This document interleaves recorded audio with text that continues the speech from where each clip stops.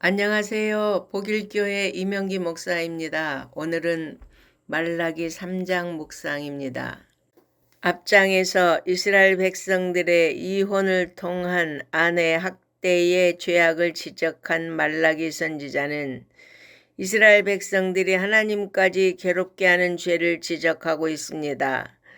그들이 하나님을 괴롭게 했던 말은 모든 악을 행하는 사람도 좋게 보시고 그런 사람들을 사랑하신다고 말하고 또 정의의 하나님이 어디 계시냐는 말이었습니다. 당시 포로에서 귀환한 백성들은 성전을 짓고 다윗 시대와 같은 영화를 누리며 주변국들은 자신들 앞에서 철저히 굴복할 것이라고 믿었습니다. 하지만 한 세기가 다 되었건만 영광의 주는 임하지 않고 자기들을 압제해 학대하는 이방 세력은 여전히 형통하였습니다. 이러한 상황을 보면서 이들은 하나님까지도 부조리하다고 말한 것입니다. 이에 대하여 하나님은 답변하시기를 그들이 구하는 바 영광의 주 곧 그들이 사모하는 언약의 사자가 갑자기 그의 성전에 임할 것이라고 말씀하셨습니다. 실제 언약의 사자 예수 그리스도는 말라기 시대로부터 약 400년 이후 갑자기 임하였습니다.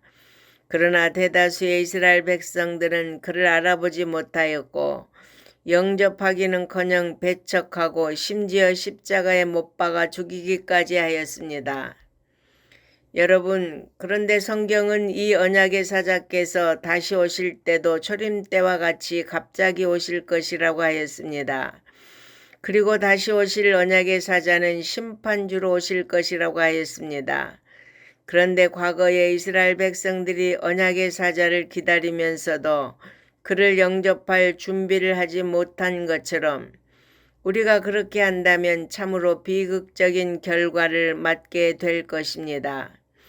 그러므로 우리 성도들은 주님께서 언제 오시든 항상 깨어 준비하여 의를 행함으로 주님의 재림이 두려운 것이 아니라 감사와 감격의 날이 되어 아멘 주 예수의 오시옵소서라고 화답하며 영접할 수 있기를 바랍니다.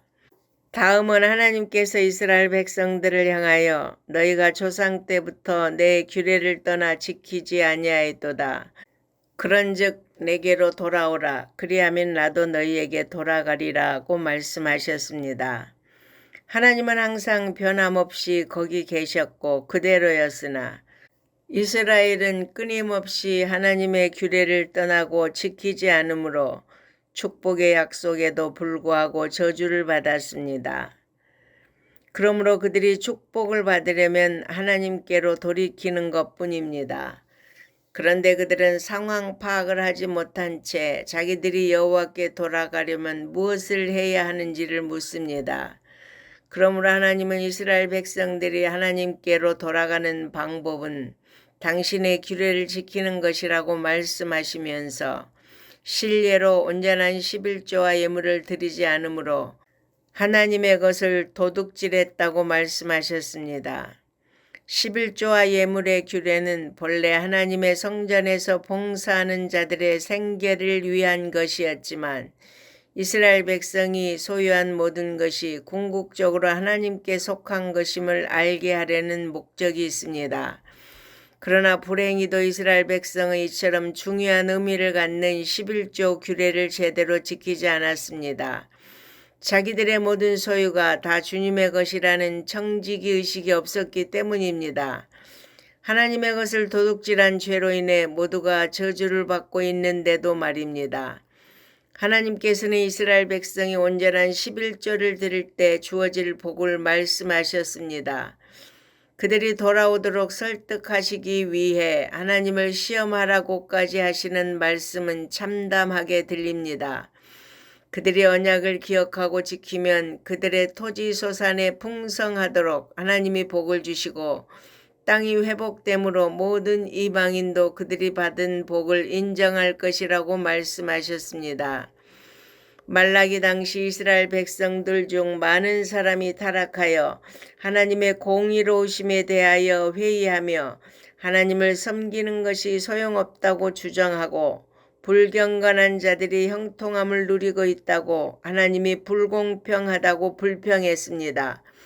그러나 하나님은 그 가운데서도 하나님을 경외하는 경건한 자들의 말을 듣고 보시고 이들의 이름을 당신의 기념책에 기록하셨음을 밝힙니다.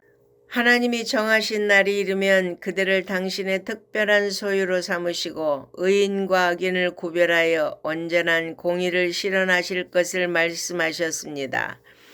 그러므로 하나님의 심판을 부정하고 멸시하는 악인이 득세하더라도 실망할 필요가 없습니다.